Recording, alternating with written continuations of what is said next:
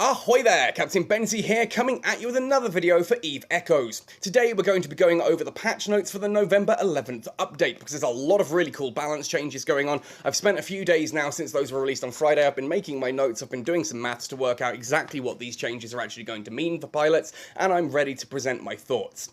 Now before we jump in though, I just want to point out that yes, you'll notice I have my camera on for once. This has been something that a lot of people have asked for. Hey Benzie, can you have your face cam on during videos? So I thought I would give it a try on this one. If you like it, let me know in the comment section down below. If you don't like it, if like me you're not overly plussed about having my ugly mug staring at you throughout the video, let me know that too. Please be polite though, I do have feelings too. Anyway, so before we jump in, I want to give a humongous shout out and thank you to Zorazale and Zarzazale. They're two members of the Catskill Cartel. You may notice they are ones who have supplied quite a few of the ships. They also supplied me with some nice freebies. They run a company called Flimtech. I'll put a link in the description below, and they have sponsored this video very nicely of them by sending out some really cool stuff. First and foremost, this incredible little case here comes packed with some wireless headphones. These things, sport wireless headphones. See if I can get that up to the camera. These are exceptional quality. The audio quality on these, the price, when I saw the price on the website, I was like, not sure about the quality. These are fantastic. Your volume switch is here on the top. It even has a microphone on, which my Razer wireless headphones don't have, which is really quite something. They're incredibly comfortable to wear. My wife uses them a lot in the garden when she's gardening or just going out and around and doing stuff. Excellent pair of headphones. If you're in the market for some wireless headphones, these 100% would recommend. The case is awesome, the comfort is amazing, really top-notch quality. The second thing they sent out was a charger. Now this is a solar panel charger. Being a single panel, it does take a bit of time to charge up. Obviously here in Zimbabwe we have sunlight all the time. It takes about a day to reach full maximum charge when it's out in the sun, but for someone like me who goes travelling quite a bit up and back to fishing camps and that here around Zimbabwe, excellent to have a portable charger. You've got a 1 and a 2 amp option, standard USB here in the top, and my goodness, this thing is rugged. Takes a bit of time to reach its maximum charge, of course, but the portability is the key point there. But once it's charged and you plug your phone in, it actually goes really quickly. My Asus ROG 3 does charge up in about, I think it's 3 hours to reach about 100%, which is pretty good for a 2 amp portable charger. Anyway, all that said and done, before we jump in on the video, let me know if you enjoy this, let me know about the camera, subscribe if you haven't already for all things Eve Echoes, let me know what topics you want me to cover in future videos, and join us on Patreon if you want to have a look and want to help support this channel in any extra way that you can. Alright, that all said and done then, let's actually have a look at the patch notes themselves. So I've got it here, November 11th update preview. This was given to us by the developers on Friday. I've had a little bit of time, as I said, to go through all of this and talk about what it means and what it looks like going forward. So starting off, first of all, with the module changes. We've got a lot of weapon balance changes here. First of all, with small snub-nosed railguns. If you've been using these, you'll notice I've mentioned in a lot of my videos, there are very few ships out there that can actually make proper use of small snubs because of their range. Now here they're getting an accuracy fall off and optimal range buff of 20%. Now in my notes I've worked that out that 1.5 kilometers is the current optimal range with a 2.0 kilometer accuracy fall off. That gives you a profile of 1.5, 3.5 and 5.5. Excuse me.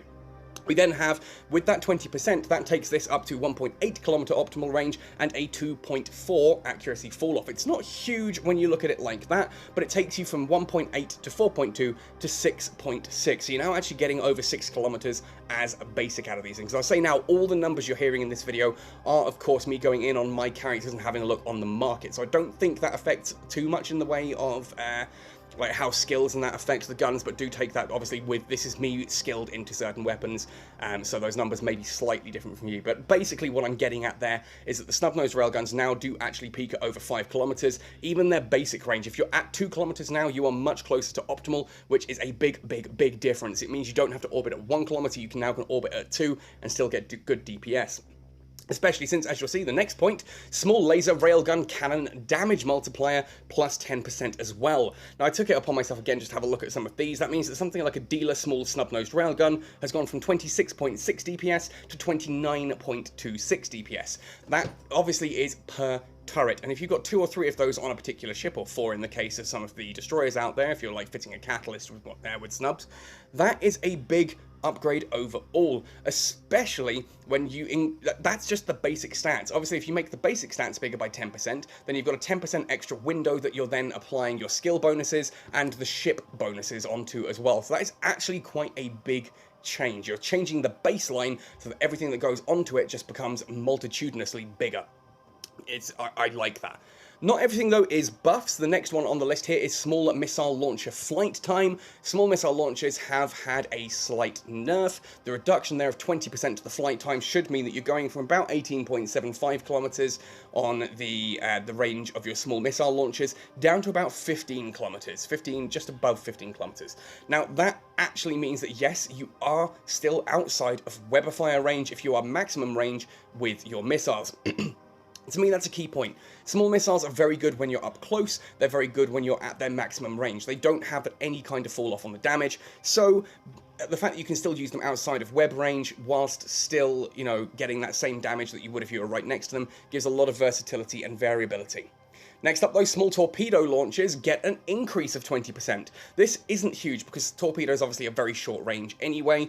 It changes them basically from 4.5 to 5.4 kilometers. So you're going from 4.5 to 5.4.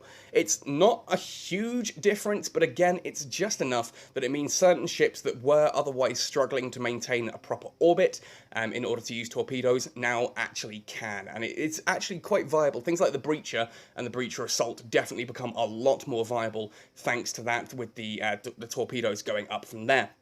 Next on the list, we start going into the medium weapons. This is obviously once you're going up to cruisers and battle cruisers coming out of frigate territory for the moment.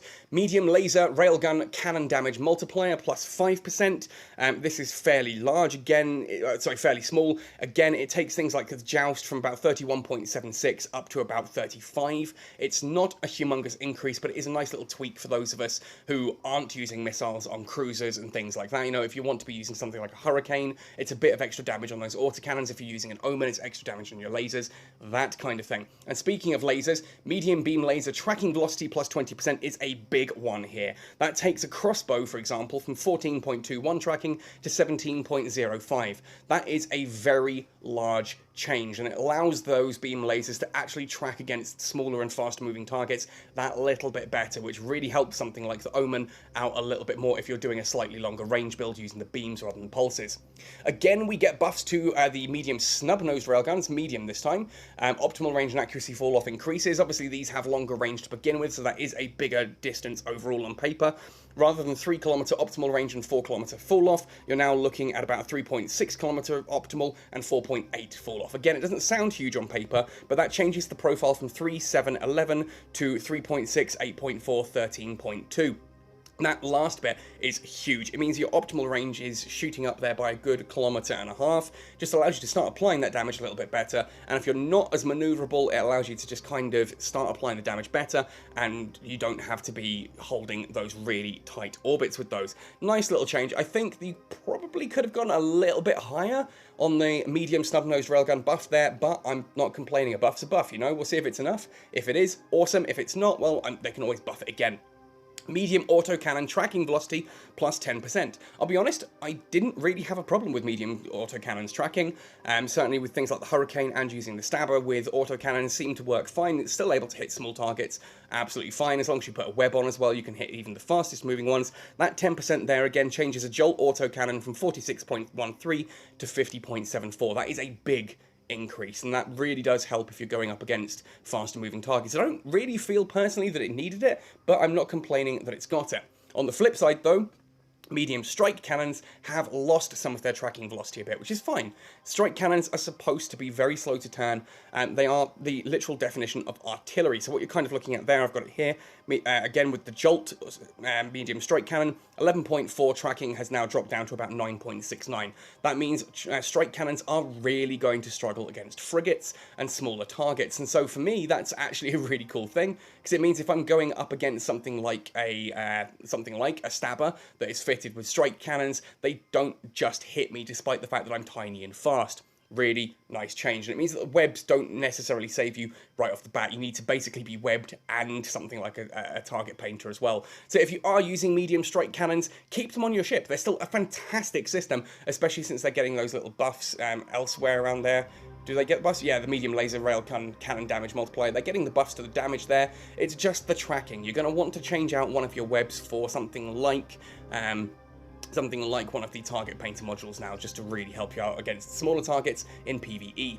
Now, beyond this, medium rapid missile launches. This is the one that you, me, everyone has been waiting for. We've watched as a lot of people have been crying about this, a lot of people have been noticeably upset about it, and a lot of people, like myself, have been like, thank goodness, we can finally end the reign of rapid missile launches. We're looking at two considerable nerfs here. Not only are they getting a flight time reduction like the small missile launches we're getting, which makes sense because rapid missile launches are essentially supposed to be faster firing small missile launches that you put onto a medium-sized ship, but they also get a reduction in their damage, which again, I am all for. Rapid missiles are supposed to, when you fit rapid missiles to a ship, you're basically saying, I want to go up against frigates and destroyers. I am building myself towards taking out frigates and destroyers. I'm not going up against cruisers and battleships, and you take that lower damage as your payoff. The fact that you can actually hit and properly deal damage to smaller, fast-moving targets is the advantage, but you have lower damage overall.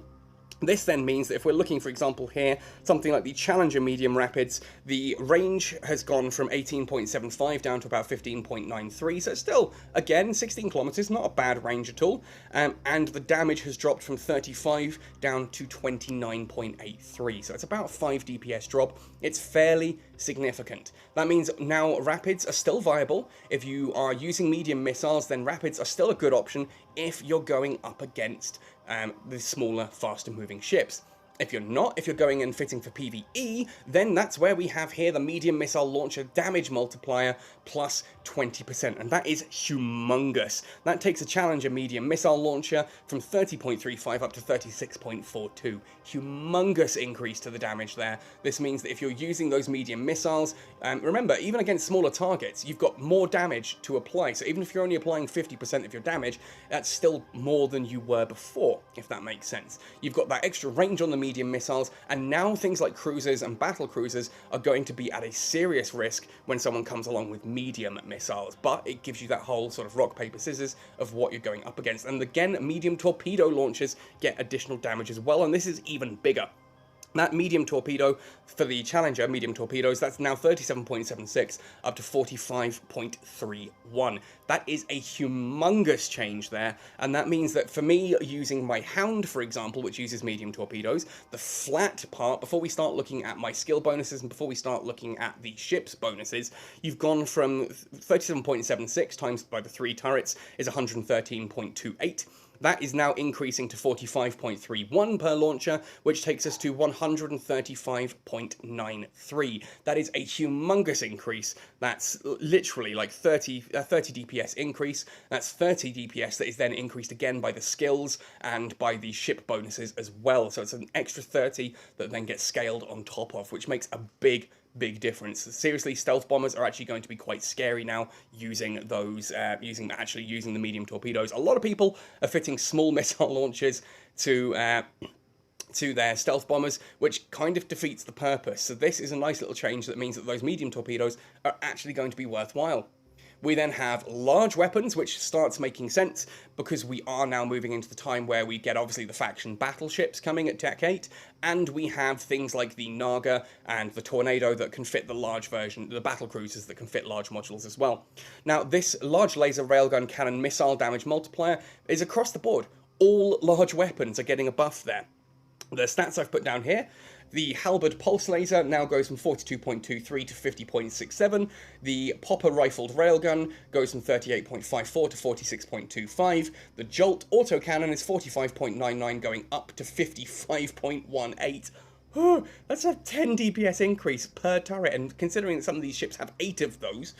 And then finally, Gallows Large Missile Launchers are going from 40.9 to 49.8. That's, yo, big damages there, big damage increases for anyone who's going for those ships later on.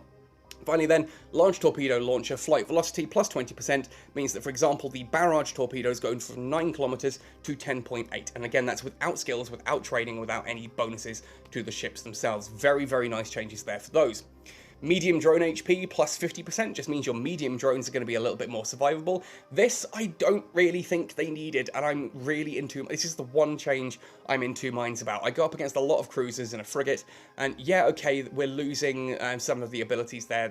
Some of those cruisers are getting, like the strike cannons are getting nerfed, and rapids are getting nerfed, meaning that you should see rapids less, meaning frigates and destroyers may actually have a chance against cruisers a bit more, but...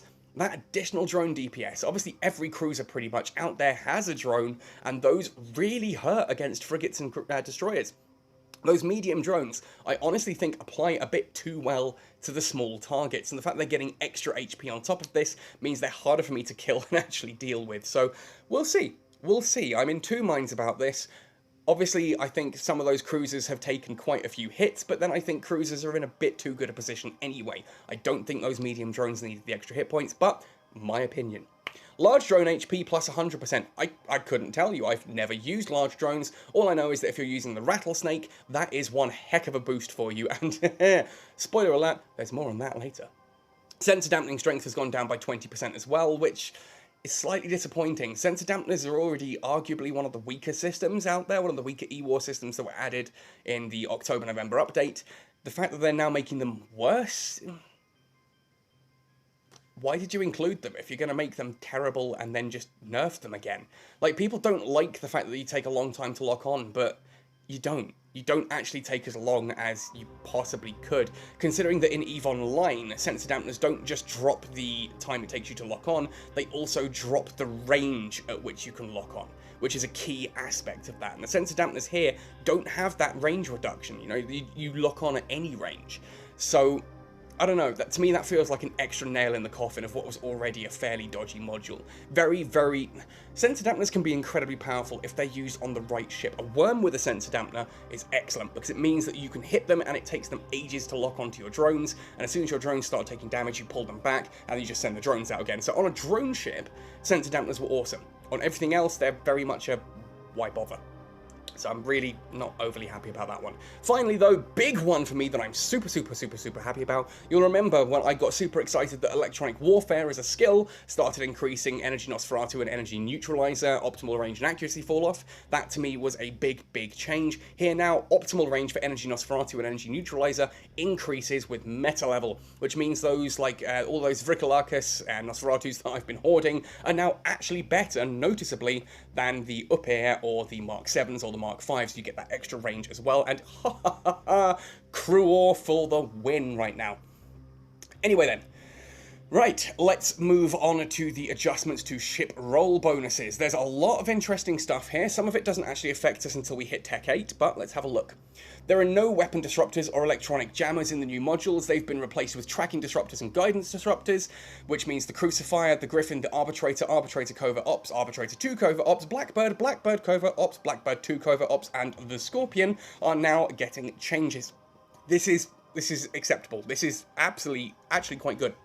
When we were in the public test server, things like the Crucifier had sensor dampening was the, sensor disruption was the skill, and that it got bonuses from, and it got bonuses to tracking disruptors. The Griffin then again had sensor disruption as the skill, and it got tracking guidance disruptors as the bonus.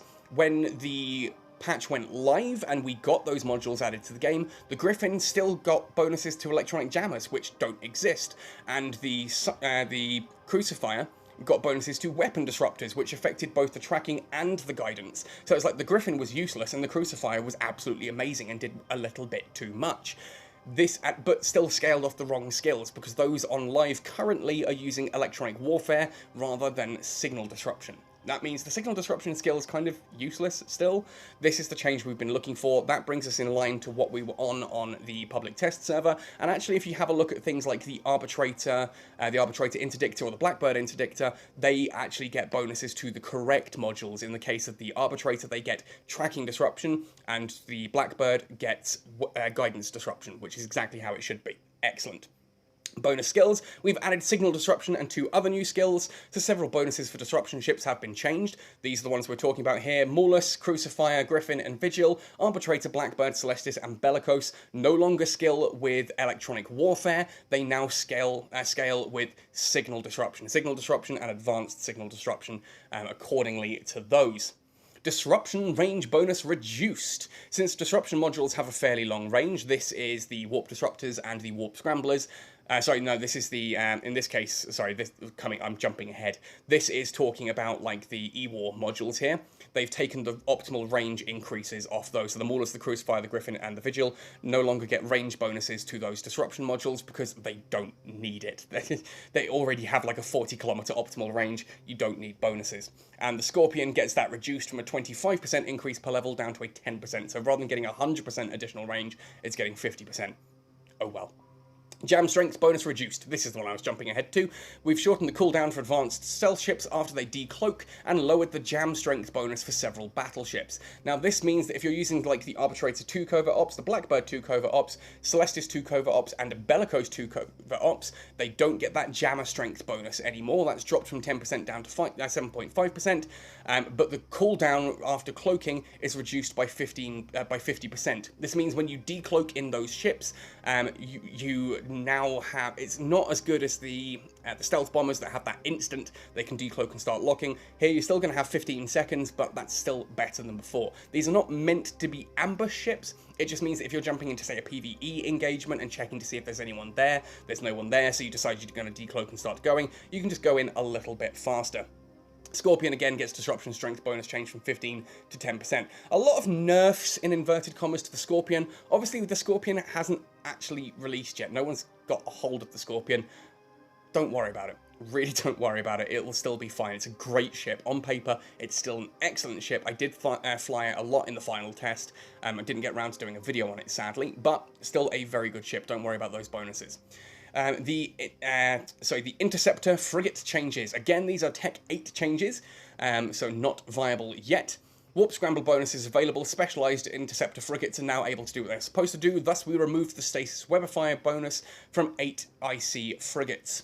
The Warp Scramblers are very capable, so bonuses for lock speed and Warp Scrambler jammer strength were also removed. These ships can now increase the range of Warp Disruptors and Warp Scramblers simultaneously, plus 3% or 5% per level. Ships affected, the Executioner Interceptor, Condor Interceptor, H1 Interceptor, and Slasher Interceptor, along with their 2-number version, so like the Slasher 2 Interceptor.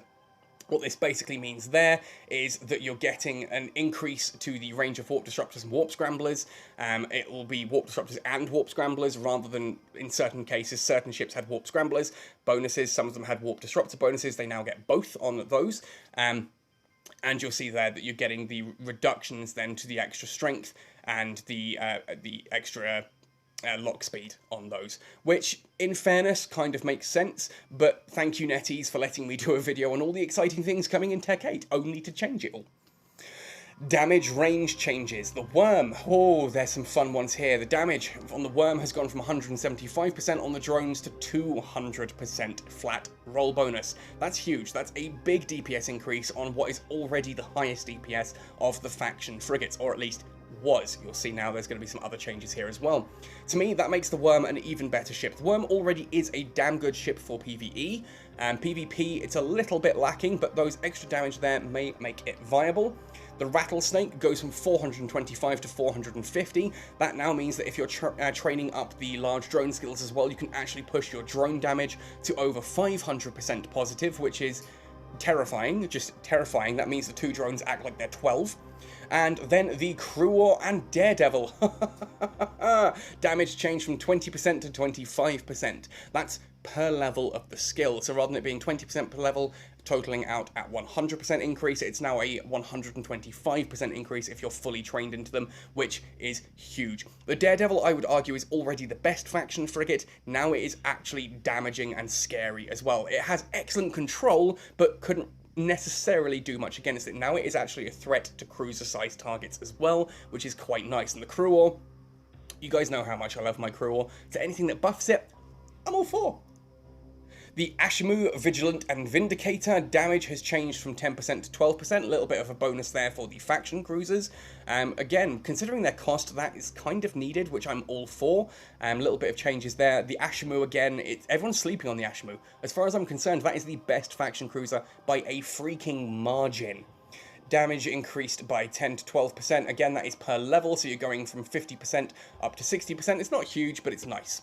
Now this, This is a big one for me, because I've been doing videos on the tier 2 frigates for a while. This now makes some of those actually viable. The Merlin I showcased was actually pretty good, it's a damn good ship, but now it's getting better, along with the Incursus, the Tormentor, and huzzah, the Rifter's getting some love. 5% to 7.5%. This means the total damage for the weapon systems there, which comes from training Frigate Command, rather than 25% total at Frigate Command 5, is now going to be 37.5% total. That is a huge increase, and I'm going to actually have to go back and redo that Merlin video now, aren't I? I've just finished filming the Incursus, but we can go back and do that one again. The Rifter I can actually now hopefully celebrate, and the Tormentor I've been flying a little bit as well to push it to its limits. Yay, I get to go back and do all of those again and talk about how awesome those can now be. It gives them a reason to actually use those over the other tier 2 frigates, and indeed over the Tech 3 frigates. There may be a reason to use a Rifter now over, say, a Breacher. The Omen and the Omen Navy issue get their cooldown time changed from 3 to 4% and 2 to 3%, so now the Omen and the Omen Navy issue fire faster. Excellent. Good ships, getting better. Thorax prototype, the damage has gone from 4% to 5% per level. Again, good. Extra damage for that Thorax prototype gives you a reason to actually fly the darn thing. Stabber, fall-off range changed from 5% to 7.5%. Yay! So all of those people using Stabber strike cannon ships just got even better. Already a very good ship, now an even better one, which makes it competitive, and I love that. More cannon, love. Stabber fleet issue, fall-off range changed from 7.5% per level to 10% per level. Big range. That's now again 37.5 increased up to 50%. That is a big range change, and Stabber fleet issues now become a terrifying sniper. Ferox Guardian, and Ferox 2 Guardian get an optimal range from 5% to 10%. Good extra range on the Ferox. I haven't had a chance to sit down with the Ferox. I know a lot of you keep asking about it. I will do eventually. That makes it nicer. I'm loving this change here to the Hurricane and the Harbinger. Damage change from 3% to 5%, and damage change from 8% to 9%. Big changes there that make those prototypes just that little bit more damaging and actually worth flying. They struggled a little bit. I enjoyed using the Hurricane prototype, but a lot of people have said, like, you know, why would you use a Hurricane or a Harbinger when you can just go for a Prophecy or something like that? If you're going to be training into those skills, you may as well go for drones. Now we're getting an actual reason to go into other ships. The Brutix and the Harbinger, damage changed from 5% to 6%. Harbinger, again, it's the main Harbinger. Okay, Brutix and Harbinger, damage changed from 5% per level. Obviously, that is 25% in total to 6%, 30% in total. Nice little change, extra damage there. And the Vindicator, the Stasis Webifier optimal range has changed from 20% down to 10%. So rather than 100% increase on the Stasis Webifier, it's a 50% increase overall. That's a big nerf, but let's be fair, it is still a cruiser. The Vindicator was probably a little bit... So, Vindicator is the battleship. It's still a battleship. It shouldn't have extreme ranges to its webifiers. The main way to counter a battleship is to get under its guns. And having webifiers that are literally 30 to 40 kilometers just stops you being able to do that. So the Vindicator was going to be very powerful. It's now just powerful. Then we've got some bug fixes. The 50% warp acceleration for the Dromiel, Cinnabal, and Macariel failed to display. The acceleration was working though, so that's now back on. We will get the warp acceleration there. It means you enter warp faster and you drop out of warp faster. And obviously, they're fast warping ships anyway. On to the NPC pirate balancing. This is a really interesting part, and I'm not going to spend too much time on this, because I think this is kind of going to deserve a video possibly on its own, but basically, the aim here is to make the NPC pirates feel like they're players. Right now, if you jump into an anomaly, you know exactly what you're getting. You know what's in Wave 1, you know what's in Wave 2, you know what's in Wave 3, and you know what those ships are going to be equipped with. And it gets some really weird situations where you go up against like a Gisty Hurricane, and it's using missiles. Or you go up against like a Thrasher and it's using missiles. Or you go up against like a Talwar and it's using cannons. This kind of thing. Weird situations. What they've done here is they're better trying to make it feel a bit more realistic, but they accept that on the test server, things were a little bit insane, which they were. If you went into a pithy, the Gurustus Pirates anomaly, for example, you could find that you had 8 guidance disruptors on you. So if you were using missiles in one of those, you suddenly found that your missile range had been dropped by nearly 100%. You're running at less than half range with your missiles, which is just atrocious. That's not fun for anyone, and it made those almost impossible to do. But what we're seeing here, so now, as I said, we're currently now using the same batch of ships and modules as players, but each enemy always uses the same ship and module setup. Some pirates might spawn without a weapon. The fleet configuration for remote repairing, disruption, electronic warfare is ineffective, which means that 50% of the pirates do literally nothing in combat. And due to technical issues, it's difficult to update new weapons for the pirates. The configuration for the pirates and the anomalies is fixed, which starts off in a repeated encounter with the same set of pirates. It's not fun. So now they're getting a variety of ships of weapons randomized under specific algorithms. Now this means, like it says here, each type of pirate is assigned to a certain kind of ship to avoid an awkward situation. For example, jumping in and it's just battleships. You'll have, like, the anomaly will be set up, for example, 3 frigates, 2 destroyers, 2 cruisers. And it will randomly determine which type of cruisers, cruisers, destroyers, and frigates those will be. We've updated the mechanics to allow all pirates to be able to fulfill their true potential. This means that they actually work with the weapon systems that they have. If you have a Thrasher that's got autocannons, it will try and get close. If you've got a Thrasher with strike cannons, it'll try and keep a bit more range. The new pirates are now able to remote repair one another. So if you see a Burst or a Bantam or a Inquisitor or a Navitas, they are actually able to repair the other pirates in that anomaly, which is going to make those priority targets. Gives you a feeling that you are actually going up against a proper player-driven fleet. You then now have more of flexibility to adjust the item drops, because it means that you can actually see what those ships are carrying, and thus you'll know what they should be dropping. It always struck me as weird killing a Talwar that is using cannons and it drops torpedoes? Anyway, again, we've implemented these adjustments to pirates in order to provide a more immersive experience for players. We hope you enjoy the changes. Personally, I quite enjoyed the challenge on the public test server, but I do agree it was definitely overtuned and very, very difficult. So the fact that they've taken the spirit and the flavour of that, but numbed it back a little bit to just make it a little bit more bearable.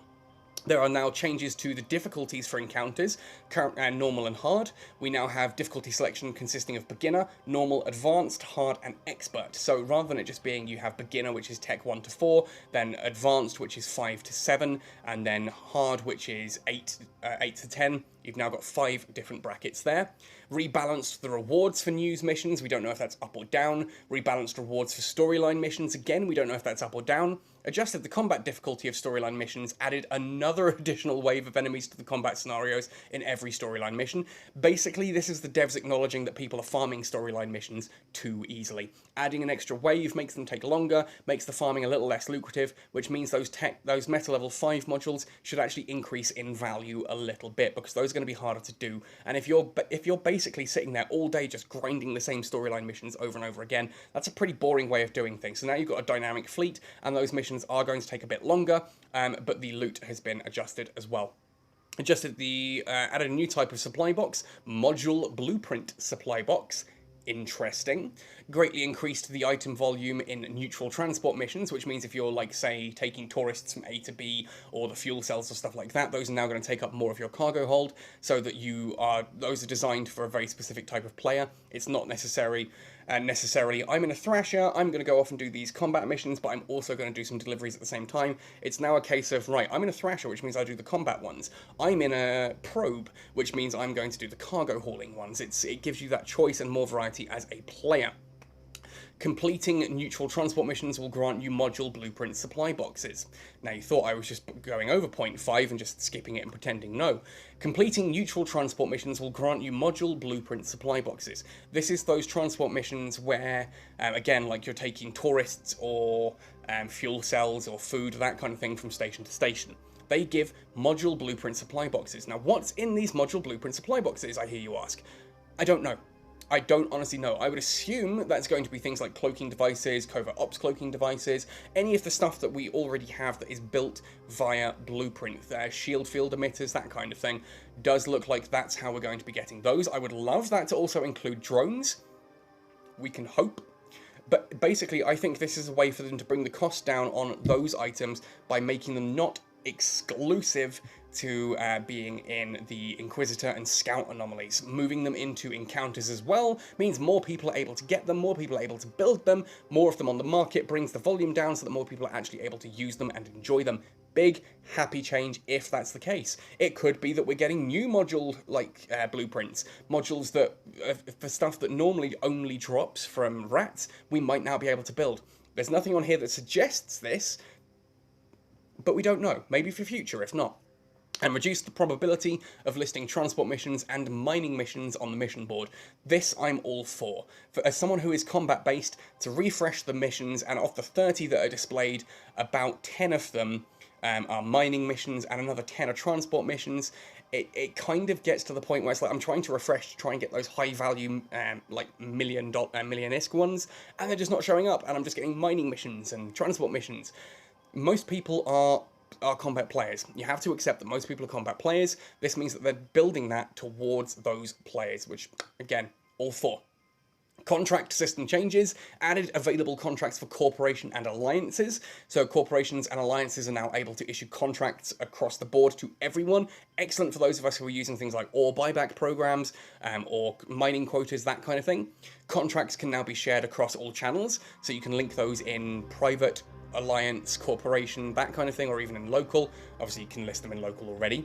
Added a shortcut for contracts that displays when selecting an item under inventory. This I'm all for. It means rather than me having to go into the contract and then scroll through my entire inventory trying to find the item, I can just open the inventory, go, oh, there's the item, contract it to this person. Done. Wrap it up, move on. Added a feature to reject private contracts. Interesting. Are people getting spammed with private contracts left, right, and center? This would, like a little checkbox, I think, that you would check and tick, and then if someone tries to send you a private contract, it immediately rejects it. I don't know. Maybe. Maybe.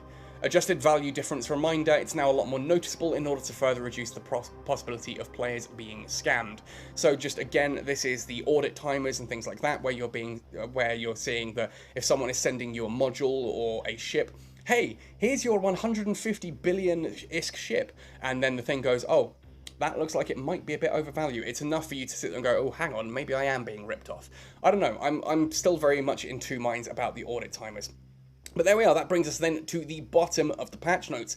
A lot of interesting stuff there. For me, there's a lot of very positive changes for frigate pilots. I don't think anyone gets any particular nerfs here across the board. I think cruisers are brought down a little bit in certain ways, but then increased in others, which is very, very cool. Frigates now definitely getting some buffs there, especially like the E-War ones. I think with the changes to small weapons as well, that yes, destroyers are getting some nice buffs. If that's enough to pull destroyers out of the weird position they're in, I don't think so, but I'm not going to say destroyers are not useful. They are. They're incredible ships, some of them, if you know how to fly them and you know what you're doing. Destroyers are not worthless. They just take a bit of getting used to and they're a little bit weird, but that's another video for another time. There's a lot of really exciting stuff in here for me. I think the missile nerfs are gentle enough that you can still use missiles. You're getting a lot of buffs to missiles as well, so if you are a missile pilot, awesome. Keep it up. There's still a viable weapon system. You're still going to have an excellent time with those. But it does mean that if you're using other weapon systems, well, you're not losing out just because you're not using missiles. And to me, that's kind of the key point of a balance change. Anyway, folks, that's my thoughts. Those are my opinions only. Please don't scream and shout at me in the comment section down below at how wrong I am and how horrific a person I am. I'm still human. I have my own thoughts. I have my own opinions. Sometimes I'm wrong. Sometimes you're wrong. That's how life works. So let me know your thoughts and opinions in the comment section down below. Nice and politely, let's have a conversation about what you're excited about, what you think are excellent changes, and what you think is going to come of all of this balance. There's a lot here to unpack, and it's really nice and really heartening to see that that first big update that NetEase are doing for Eve Echoes is this big. There is this much new stuff being added thanks to the previous patch, and we're getting so much balance that really feels like the devs are paying attention to the players. So I'm all for this. This is a big, exciting change for me, and of course it goes live on November the 11th, Remembrance Day. You get a couple of hours where the server goes down, then we'll all be back with all of these changes live. Let me know your thoughts and opinions in the comment section down below. Otherwise, folks, thank you for watching right to the end of this otherwise very, very long video. Happy sailing, and see you in New Eden!